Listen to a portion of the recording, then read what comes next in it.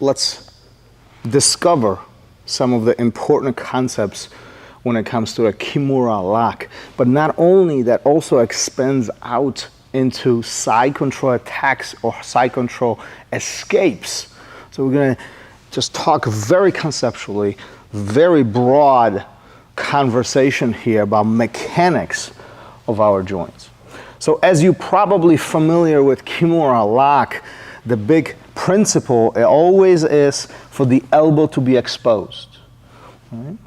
When the elbow is exposed, this is where I can begin attacking the Kimura lock and eventually create the hyperextension with the shoulder and submit my partner. But oftentimes, the submission is really not the challenge. Oftentimes, is getting to that position that's challenging.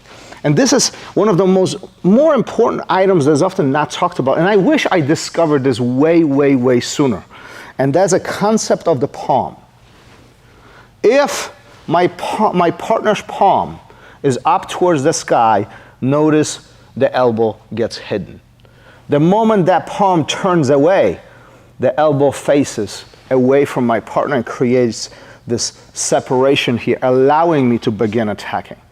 So oftentimes we hyper-focus on pinning my partner's arm to the floor and then attacking it all across, whether that's Kimura or key lock or any type of attacks from the side perspective. But we really want to mechanically understand why it works and why it doesn't work. That's really what brings us to success. So let's dissect this deep. Wrist is a rotator. That means you can rotate 360 degrees in all kinds of direction. We can move it side, top, bottom, rotate it all around in circles and squares in the whole 9 yards. Useful tool that we have. Elbow, on the other hand, is a hinge.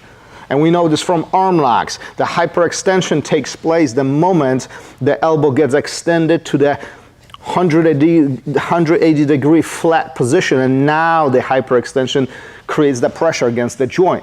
Now the shoulder is another rotator. So if you look at the human body in general, we have rotators, hinges, rotators.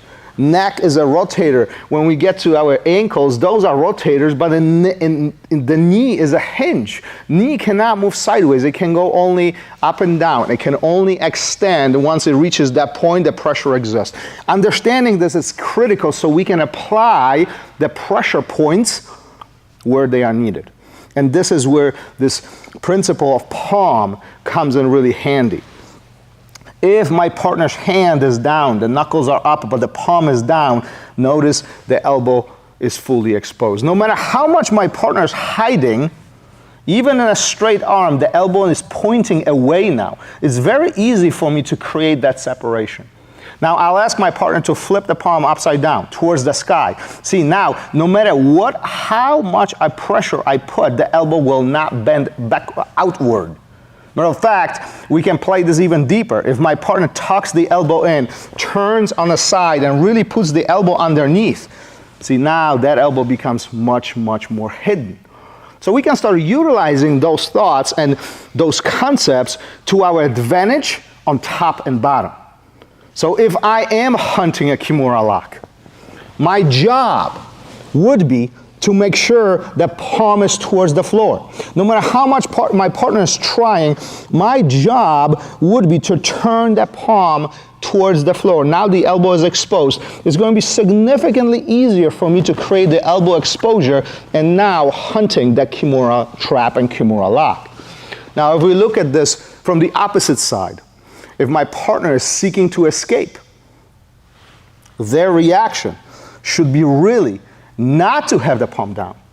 The reaction should be to hunt the palm up. So now the elbow can be hidden. Now granted, they are not escaping yet. They are simply defending and preventing my attacks. But this is a step one. If the palm is down, now the exposure fully exists.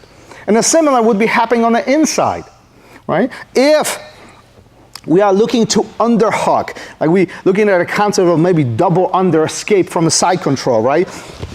This is where palms should be up towards the sky, so elbows are tucked in and they are being hidden. The moment my partner puts the palms down, this is where elbows get exposed. This is where I can begin shutting down on the inside and outside. So see, this is not necessarily Kimura lock oriented. This is simply about elbows, how mechanics of the elbows exist. Take a look, let's take a look, if we look at this from a mount position. If I am on top of my partner and their palms are down, the elbows are exposed. Now the moment those palms start creating motion upward, the elbow slides in. It's very easy for us to tuck in. So we can start using those mechanics now to our advantage when we escape and we attack. Think about this, even when I am from offensive position, right on top, and I want to proceed forward towards some attacks, my job is to pin the palms to the floor, downward, so the knuckles are pointing towards me. That creates the exposure of the elbow.